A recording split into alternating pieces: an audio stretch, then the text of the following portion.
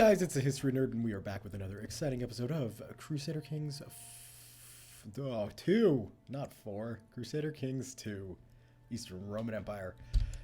Let's go ahead and unpause, speed up time, and see what the future has in store. Now, where we last left off, we secured our western border, leaving just a little bit left to this unfortunate Duke of Dulca, who, of course, will never become a vassal of ours. We're going to have to fight him and take his land ourselves. I'm planning a special occasion with my lover, but my wife is quite insistent on alternate plans. Let's find out who's more important to me. So, our very young wife, newly married last game, Italian Catholic, you know, that's good. Who is my lover, is a 49-year-old Greek Orthodox. Not that I'm, you know, as a 34-year-old, not that I'm going to say one thing or the other about ages. However, because we desperately need a son, spend time with the wife instead, I think is what we're gonna have to do there. And let's just see. It looks like we still have our lover, so you know, nothing too bad lost there. Jeez, I mean, she might be okay if, you know, push comes to shove and she winds up ruling the empire. We shall see. Hopefully not. So anyway, we've got the west secured. We got to look back east. And yeah, there's really, you know, if we could find... that wasn't what I wanted. Here we go. Kingdom of Georgia. Who's a claimant? None of those guys are all that interested in joining. So what we need is the Dew of Cartley here. No claimants to that. This is not going to be as easy as one imagines to take the Kingdom of Georgia. We will figure out a way. I'd like to figure one out before we go after the Seljuks again. I'm not sure that's going to be all that possible. So, in that case, let's take a look at our enemies. It certainly looks like they're involved in a couple of wars. Let's see. Seljuk revolts, and yeah, a couple of revolts, but that's about it. And this, yes. See, I'm almost thinking it might be better to go to war against the Fatimids here and go for Tripoli. Right, is there should be a section of Tripoli somewhere here. Nope, just that, eh? I guess, yeah, we've got the other piece. That might be the best bet, is to get in there before the Crusader nations start popping up.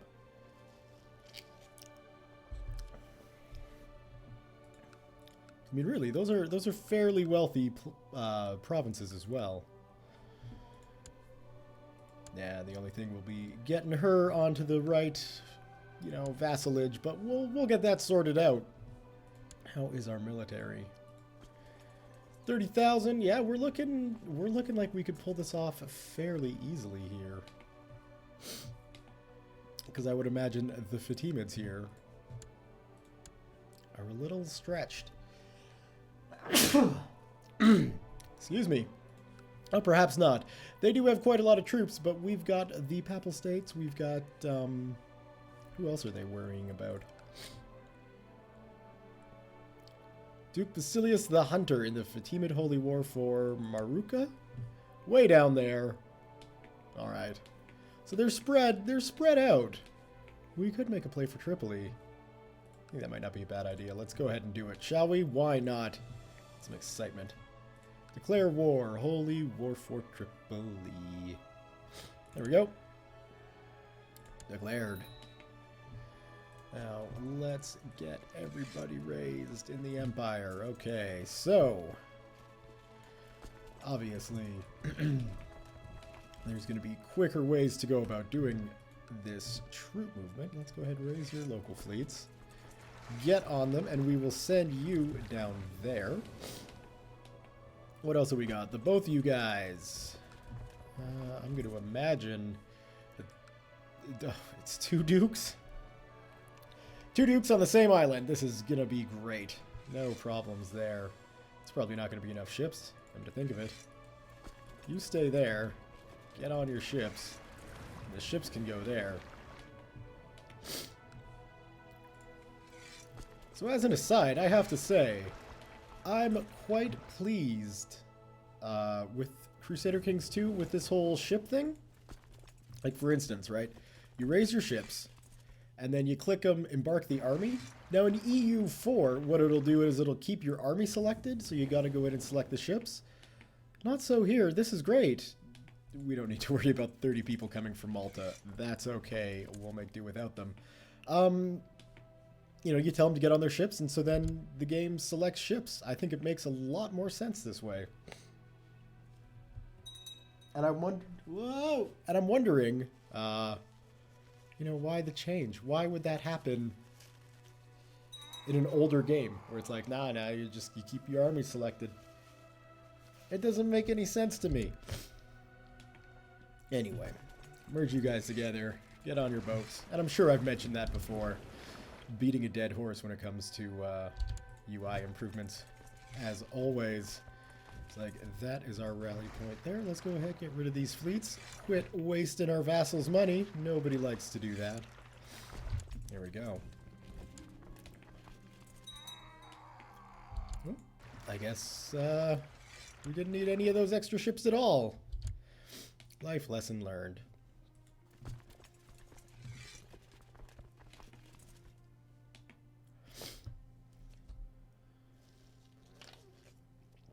So in this case, wow, we have gone very far east. Yeah, we'll get the old team together. That sounds like a great idea. Play some Persian polo. We spend a wonderful afternoon playing a tense game, and everybody returns as friends. It's lovely how things write themselves like that. So originally, my plan here was to go down with one giant, you know, army stack. But I think it makes a bit more sense to kind of come along with two armies here, both at around 15,000. Just so we don't get too much in the way of attrition on our armed forces. I don't think anybody wants to lose troops just because they happen to be standing somewhere. And in this case, we'll be able to have quite an intimidating force of 15,000 some odd people in each province, which is exciting. I like the idea there. Of course, organizing such an army does take a little bit of time. That's okay. We've got time to spare. So I think if we send these guys all the way down into Baalbek, we'll be able to send in our second army to go into Tripoli, you know, relatively safely. It is kind of sketchy having my army that far out, but I don't think... Okay, we'll go ahead. We'll send, let's see, Inspiring Leader, Organizer, Trickster. Yeah, sure. We'll put that there and that there. Wonderful. Send you down there, and then we can just take these guys, sort of split them up, or combine them, leave them in Imperial territory, and then just have them in case we need to reinforce a siege somewhere. You know, basically just having 5,000 men in reserve. It's always good to keep people behind the lines. It's always good to keep a little bit of a reserve going on. Though I had thought Mayor Domanios to be a more reasonable man, his request to be allowed to duel was slightly erratic. Mayor Domanios claimed to be constantly subjected to affronts from his rival and asked for permission to defend his honor. We shall allow it. He's just a mayor. We can replace them easily. What do we got? We got a couple of thousand men there, but, you know, that's fine. I'm not concerned about a couple thousand men. All I'm concerned about is getting my land. Really? That's what I thought. Easy peasy. So now we just got to ride this siege out. And relatively quickly, I would imagine the Fatimids will acquiesce to our request. For two measly little provinces, when you consider the size of their empire, we're not taking much. They should acquiesce quickly. And we can already see in Baalbek we've taken quite a lot of attrition damage. A couple of thousand men. But, aha, that doesn't really matter.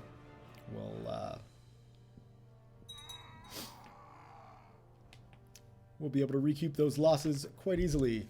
Ah, the Blessed Virgin has granted King Melcentian of Scotland victory in the Crusades for Jerusalem against Caliph al-Mustansir II. Pope Galicius II is called for a month of celebration across the whole Christian world. Praise be to the Blessed Virgin. What concerns me now? 36,000 men. Because apparently they didn't take any losses fighting the Christians, or the Catholics. And we have quite a strong Scotland now. So that's going to make things interesting. But not necessarily all that concerning. And I would suspect we'll be able to get a peace agreement with these guys relatively quickly. I am a bit concerned, though, with Scotland formed. 30,000 Fatima troops could be coming bearing down on us at any moment. The holy city of Jerusalem, where the prophet is taken up to heaven, has fallen to infidels. His magnificence, Caliph al-Mustansir II, will not let this stand and has declared that another era of great conquests is upon us, such as was the case in the days of the first caliphs. The Dar al-Islam must be defended. All righteous Muslim men should prepare to join the ranks of the Mujahideen for the upcoming struggles. This signals a renewed era of Islamic expansion. Disturbing news indeed. Not a concern for me, though. The Jihad for Jerusalem. The great Sunni Caliph Abdullah has decided to call a jihad against the Kafirs in the Kingdom of Jerusalem. He urges all righteous Sunni Muslims to take up arms against the depraved King Melcentian of Scotland for the glory of Islam. And wow, we are getting a lot of pop-ups here. The fall of Jerusalem, kind of an important event, I would imagine. A Sufi sect of dervishers has arisen under the leadership of a certain Haji Baktash Wali, a mystic from Khorasan. Striving for unity of being, Baktashis train the soul through meditation and contemplation of the inner meaning of the Quran. The Baktashi order is warlike and especially popular among Sunni Muslim soldiers. The order was sworn to protect Islam and to combat infidels and polytheists of all kinds. Mystic soldiers. Bah! Who needs it? We're the Byzantine Empire. We pay Vikings to do our fighting.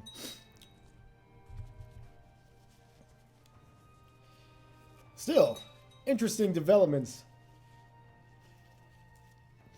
in the Near East. If we can keep our, I guess, focus really on, the Seljuks. Well, I'm at war with the Fatimids. If we can keep our focus on the other one, we'll be just fine. What are my traits? Yeah, you know what? It's not appropriate at the moment. I just want a legitimate son. That's all I want. We got a 16-year-old wife. Give me a legitimate son. Let's see. Your wisdom and mercy are legendary. Indeed. Vassalizes lords of his religion and takes all other titles. In the Emirate of Tripoli. Except easy peasy peace. This is what I like. We can now disband all of our troops, except, of course, for our retinue, which can kick around for a nice long time. Now, we do have this lovely lady here, the Countess Margarita of Tortosa, who is a Greek Orthodox, and who is unfortunately a vassal of the Duke of Antioch, which is, kind of frustrating, considering she is in Tripoli. So, we are going to make her the Duchess of Tripoli, which I believe we will have to create. We could, there we go, create the Duchy of Tripoli. Perfect. Now, we can't just go around and leave it at that. No. We cannot leave just a powerful Duchess somewhere, somehow, leading the show. We're going to need a couple of lower vassals for this Duchess. And I think, just considering who it is and what's going to be going on there, we could make do with just taking some people from my court. Constantinios Ducas, but you don't have any. Well, you're only 40. So, we claim on the Aegean Islands and the County Lesbos. Yeah, I do feel bad about your family, you know, getting kind of shafted in this whole deal. We will give you the County of Baalbek. Enjoy, sir. Yeah, and look at that. Look at that logo there. The nice purple to show off, you know, the lineage of the old Dukas. And the golden ram's head, because that just looks crazy badass. Other than that, I think actually what I'm just going to do here is grant her the Duchy of Tripoli. Include all lower titles. So there you go, madam. You are a duke in Tripoli. You are not beholden to anybody. And you've got all your lands. So, I mean, that's something we're going to have to remember here. Don't want to necessarily piss off the Duke of Antioch. We might want to be looking at getting Archaea here sooner than later. Still, mission successful. Let's send these guys back to Constantinople. And work on getting a son, damn it. That's what... Hey! I don't know what magic happened, but magic happened. And we don't need to worry about fighting on the border here any longer. This is a happy day. Was it Petroslav here that I wanted? Yeah, I'm pretty sure this was the guy. However, looking at him, considering his ambition is become the king of Serbia, I don't necessarily know if we want to make him a duke. We went to war to make him a duke, though, so it would only be fair. Who are you, my half-brother? I'm confused as to how you wound up running that county, but, you know what? We're going to let it slide here. And we'll make my brother a duke. Why not? Create. Grant landed title. The Duchy. I think that's the one we want. Include all lower titles. Congratulations, sir. My brother. Please don't ruin the empire. So there we go. We've got a nice border with the Crusader states set up, which is always good. We can see really what's going to be a good geographic area to sort of cut the Seljuks off at there and sort of continue down south, perhaps, all along into the Arabian Peninsula. We'll see how far that gets. But for the moment, yeah, we should be planning on our next invasion of the Seljuks here. I'm just trying to figure this out. So, yeah, they're at war with Scotland now. They don't really share a border. Now might be a good time to go in. Let's just see. 22,000 men. And we're sitting on 29. Yeah, we got a little bit of time to let our manpower recoup. But then for sure we can. Your guards bring in a covered basket left outside your palace. Believing it to be confections from one of your subjects, you hungrily pull away the blanket, only to reveal the severed gaping head of Germanos. The mark of the Shishans has been carved into the forehead. Hot damn. He was good too, but yeah, I don't want sweets anymore. Certainly not made by peasants. I guess that shouldn't be a defining factor there. I see a man's severed head and I'm like, well, no peasant candy. But if a count made it, I'm in. That doesn't make any sense. Okay. Well, yeah, we're going to need to figure out... I'm thinking, honestly, Persia here might be the best bet. I stand corrected. I'm thinking Tabriz might be the best bet. So we can really just cut this empire in two. Which would make them easier to eat up the middle sections here. And perhaps cause revolutions to affect the Seljuks more or something. Basically, just splitting them in two would potentially be a good idea. The land is fairly profitable. 63, 61, 61. That's some pretty decent bank to be made there. And, yeah, I'm thinking that looks like a very good idea. So let's see here. They're at war against the Kingdom of Scotland and any other Crusader state that happens to be kicking around. Anybody big? It looks like Scotland's the biggest. Unless I happen to be forgetting and Navarra blew up and owns most of, you know, no, of course, it doesn't own most of Iberia. It's really just Scotland.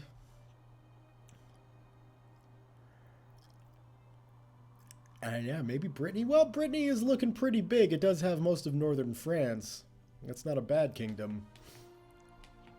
It's still not necessarily the best, but I think that's where we're going to go once we get our manpower returned. So it should be about a month or two game time for that to occur. Unfortunately, my wonderful keyboard, the button to select with the little LCD display isn't really working, so I don't have a clock. I got to keep checking my phone to see how long this damn episode is going to be. She's complaining about her cell, is she? Well, is anybody going to be paying for her? Because this is kind of the problem, right? Like, we've got 10 gold there. That's almost not worth me clicking the button. But yeah, everybody else, they're just like, well, you're not going to pay the fine. Don't do the crime. It's how justice works. Theophano, dead. That's sad. And I think that's the first time I've encountered your character, though, so I'm not really sure why the game felt it was time to tell. Or it was necessary to tell me. The game felt it was time because she died. That makes sense.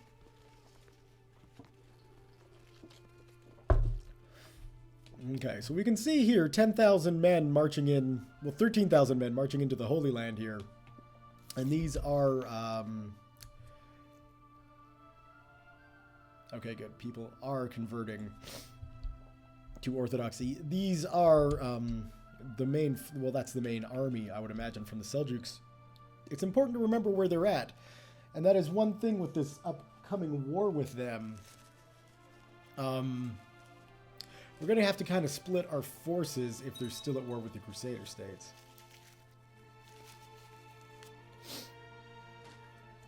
Because to split them in twain, we're going to need to obviously siege those lands. But if they've got 14,000 men kicking around in the Holy Land, I kind of want to be a bit better protected along that front. Delicious coffee. Not to mention the speed at which we're going to need to get our army mobilized here. And that does take a while with the old empire. It's certainly not an efficient system. But I think we're getting close to actually wanting to do this. We've got reinforcements coming in from Europe. So that's good. Basically, why do you... I guess you've got retinues signed up there. That's fine. Though I had thought Matiyahu to be a more reasonable man, his request to be allowed to duel his rival was slightly erratic. Scalarios, a Jewish Scalarios, huh? Well, yeah, we're going to allow the duel. Just, he didn't die. Good. Good, good, good. Nobody wants to die. I think that's kind of a sweeping statement I just made there. I would imagine nobody wants to die. Granted, medical conditions and man, I'm digging myself into a hole here. Let's forget what I said, shall we? And, where are we going for again? Tabriz? Let's declare war on somebody. That'll ease this awkwardness. Do we have any de jure claims on that? Not really. We've got the de jure claims on a bunch of little tiny, you know, counties and whatever. Not really anything worthwhile to take at the moment. So let's go ahead and take Tabriz. I think that sounds like a good idea. Mobilize the forces, lads. And to do this effectively, this we might have to do in a couple of groupings. Just because of the nature of the beast here. Let's go ahead and get you guys over here.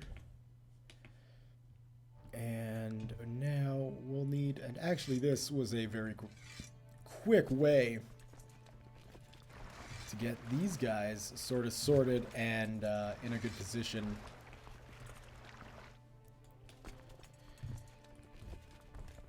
Come on. There we go. I guess we could just raise these ships here. They should be enough for the both of them. And you get land there. You're gonna need some boats. And you get, I mean, considering the amount of time it'll take, we can get you over that way just fine. Yeah, that should be good. That should be good. Malta, don't worry about it. Are you freaking converted yet? No. One day you will be, you know? Because, I mean, your people are Orthodox. And yet the rulers are still Muslim. So, I mean, eventually that's going to come back and bite someone in the ass. I'm just not sure who. Usually it's the ruler, though, without the same religion. That tends to be a source of conflict. Okay, so we got 21,000 Muslim troops down there. A bit of a concern. Almost there. Yeah. That is a very big army we've got to worry about. But I think we should theoretically be okay. Alfonsina is pregnant. This is amazing. It better be a son. She became pregnant at the start of a great war. It's probably going to be a son.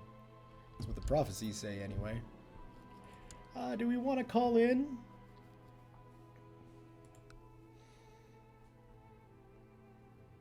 He might join us, actually, and I'm okay with that.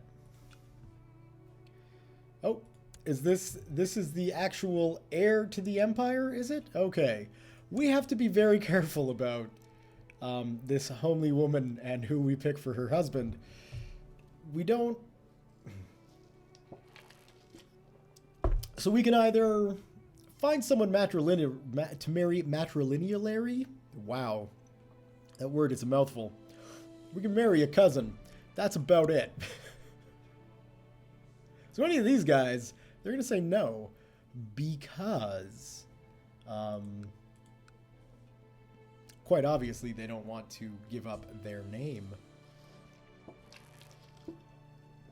Even though their child will become the emperor of the Byzantine Empire, that matters not. They wouldn't be up for it. So, you know, von Hohenstaufen here would be very upset that he would no longer be a von Hohenstaufen. Well, his children would no longer be a von Hohenstaufen. They would be an Argyropoulos. Just to be fair, depending on your native language, this isn't exactly an attractive last name to have. So, you know, shame on me. Regardless, what we need, like, you know, this guy here, perhaps, maybe he is a courtier. We would get an alliance, though, and that's kind of because he's an heir to the barony of something, right? Like, we need to find somebody who's not an heir, who's just sort of there, right? Sort of there basically to make babies is what we're looking for. So a depressed drunkard who's greedy and gluttonous. And a misguided war. I mean, you know, this is where it gets tricky because you want... Yeah, actually, can we do that? Oh, perfect. Okay. So we can actually go shopping here in a bit. And this guy doesn't look that bad. 21, 4, 8, 11, 11. Deceitful, temperate, ambitious, patient, kind, sold. Matrilineal marriage, send.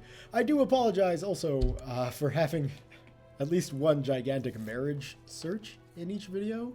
Such a thing is ridiculous, and I do apologize, but you know, some of these things are necessary. People respect wealth. Perfect. So that's a matrilineal marriage made in heaven. Von Klaupenberg. You should actually be a good guy. And Maria, who might become queen, judging by, you know, the whole kid situation. There's a very good chance that this lady is going to become queen. What worries me is this, right? So the envious, deceitful, and wroth. Damn, 6, 7, 8, 9. Yeah, that's... Because elusive shadow is good. Everything else there really isn't. Thankfully, we got a gray eminence. So We'll see what happens. I don't know. I don't know what's going to happen here. That's a little bit concerning. Regardless, we've got Muslims to fight. So let's go ahead and get some strategic leaders in charge here. Heavy infantry. That should go there. It's not much, but every little bit counts. At least in my head it does. What do we got here? A light foot leader. Yeah, I mean, we'll put the inspiring leader in the middle and then the light foot leader on the edge. On the flank. And we're going to want to send these guys over this way. It looks like we've got a bit of an army forming there. Let's see if we can't go down into Antioch here and start pushing from the west as well, doing kind of a pincer movement. Now we've got 2,000, basically 2,500 men coming in from Venice. That is appreciated. Venice, thank you very much. The little republic that could. Hopefully this is a good, this is an alliance that can last for a little while. The amazing trading nation of Venice and the kick-ass empire of the Byzantines together, finally. Although, in all honesty, our ambitions are the same, so we would really wind up... Oh, no, but I don't want Xenobias in charge of any troops whatsoever. Why is that even going to be a possibility? I should have looked. Damn it. Okay. Well, needless to say, this army now has become... we'll put you there. A little bit more of a concern, mainly because of me marching around at the front of it without a single sort of military skill to my name. Yeah, let's go help those guys out. Not that we'll get there in time, but... Are you kidding me? Okay, well, we got a daughter out of the deal. Right. Just give me... Man, 5, that's not gonna work. She is way too young. Give me 17? Where did I see 17? I didn't. I made that up in my head. Yeah, okay, that's not bad. 19, no, slow. That's getting dangerous. Fortune builder, greedy, wroth, slothful, deceitful. Doesn't sound like a very nice lady. 20, naive, appeaser, patient, charitable, content, deceitful, shy. Kind of thinking about that, but maybe not. Mastermind, theologian, cruel, ambitious, honest, humble, and gregarious. This lady looks pretty good, and hey, she wants to marry a ruler? She's gonna marry a ruler. Boom. Welcome, my darling. Third wife for this emperor.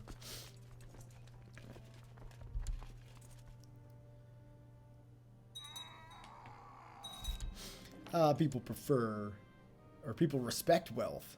Perfect. Come on. Hit him. Booyah.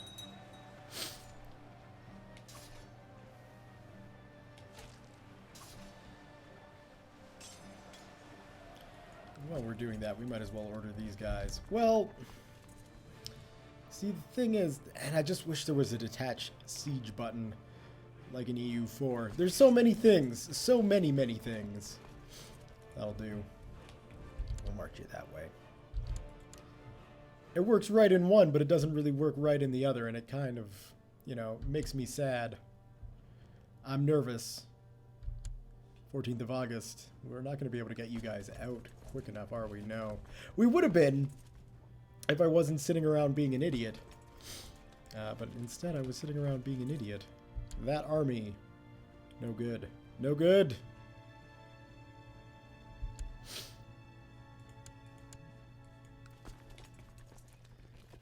Okay, so we'll move you that way. And just do our best to keep those two together. Because this is going to be a very bad fight.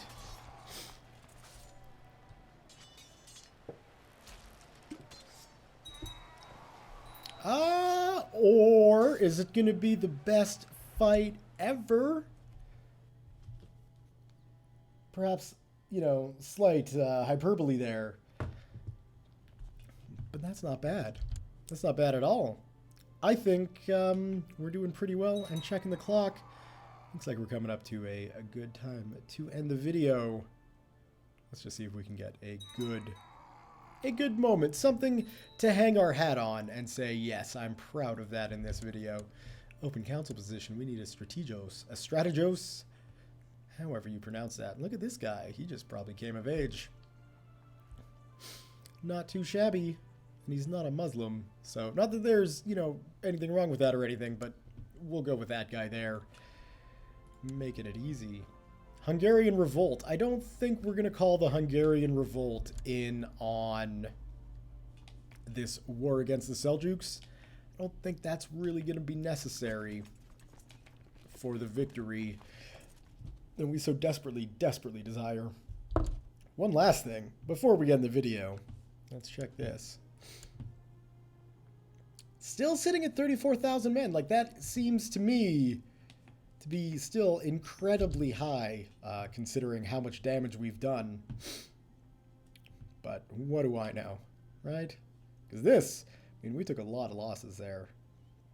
We're sitting at about 50%. And I'm not sure if the losses that they took are around the same. I am tempted to, well, this is something I'm going to need to mull over. But keeping the forces split up like this, I'm not sure if that's really the safest way to go about doing this or not. Granted, I do have forces around here to sort of shift around and block any enemy movements coming in. But that's really only 15,000 troops. When we could probably use those 15,000 over on the east here just with the sieging. You stay. This isn't EU4, sir. There's more than one province to siege in a province. Anyway, seems like a very good place to leave the video here for now. So, thumbs up if you have enjoyed the video. Leave your comments, questions, concerns, thoughts, jokes, musings, what have you below. Thank you all very much for watching. And we'll see you next time.